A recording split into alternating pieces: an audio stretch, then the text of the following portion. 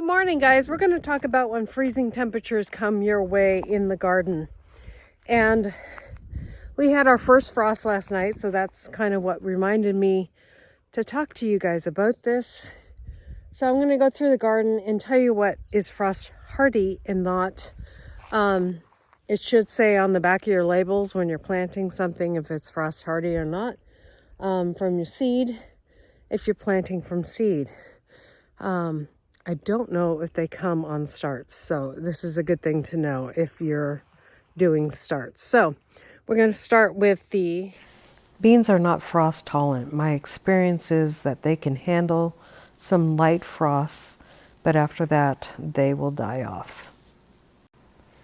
Spinach is frost tolerant. It can handle temperatures from 15 to 20 degrees Fahrenheit. It can handle a freeze from 28 to 32 degrees. So it grows really well through winter in Tennessee. Here's my cabbage. These are pretty young yet, so I'm waiting to see if they'll grow. And in this bed I have broccoli, some very young broccoli, and cabbage, and they can handle 24 to 28 degrees.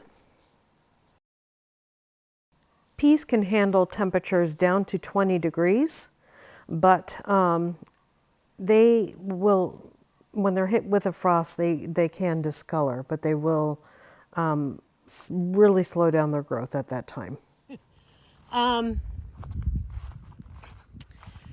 Tomatoes, not frost hardy.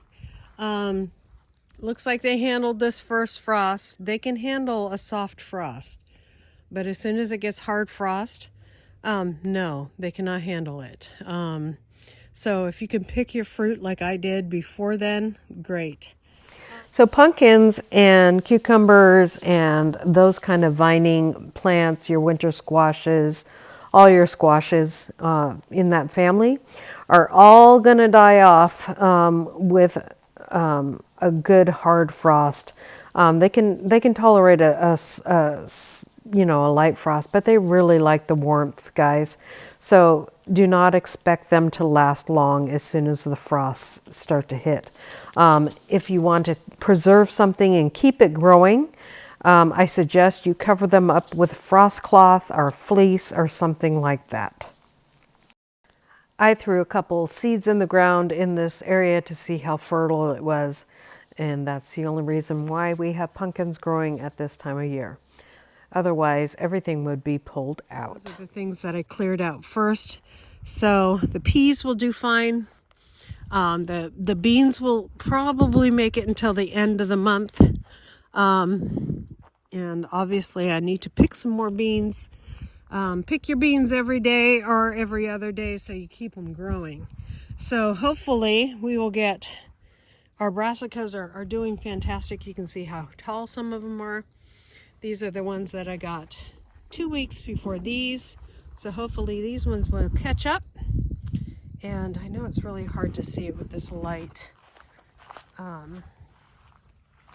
So there we go. That's broccoli, broccoli. I think everything over here is broccoli. This is broccoli. And then this row right here is cabbage. So you can put these brassicas together. You don't need a separate bed for them. Cabbage and broccoli go great together. So we have majority in this bed is broccoli. So we have 1, 2, 3, 4, 5, 6, 7, 8, 9. Actually, the majority is cabbage. So cabbage and broccoli over there, and then more cabbage over there, and our green beans. All of these are going to be great during this frost.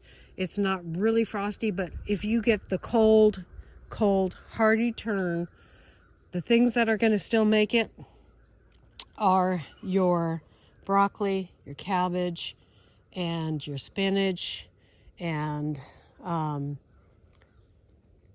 kale and Swiss chard will hang out in the freezing temperatures. Your herbs, you'll have cilantro. Those are the ones that are going to hang out. Frost tender plants are our beans, they can handle these smaller frosts, these shorter frosts. But the beans and the peas can handle that. But after that, our tomatoes are going to handle it, but they're not going to ripen anything anymore, so you might as well take it down.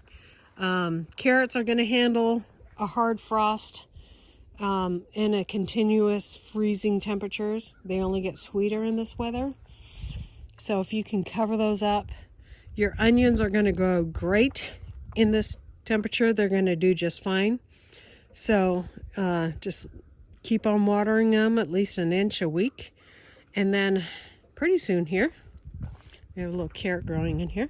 Pretty soon we're going to fill up this whole bed, which I could probably do now since our temperatures have changed, with garlic. So we'll be filling that up. And as soon as those turn,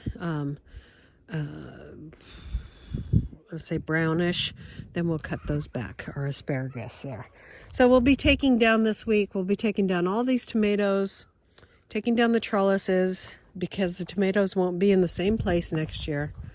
We're going to use that trellis here in this new garden area where we'll be growing probably some tomatoes over there. Maybe we'll surprise the hornworms. So there we go. That is what is. So if you see a frost coming, cover up those tender things, because otherwise you'll lose them. If you're fine with losing them, if you're ready to be done with the season, don't worry about it. But take care of your garden. Just because you're done, it doesn't mean that it's done. You may have a lot of good food in there for you yet. God bless you guys, and we'll see you next time here on Hedgehog's Homestead. Bye.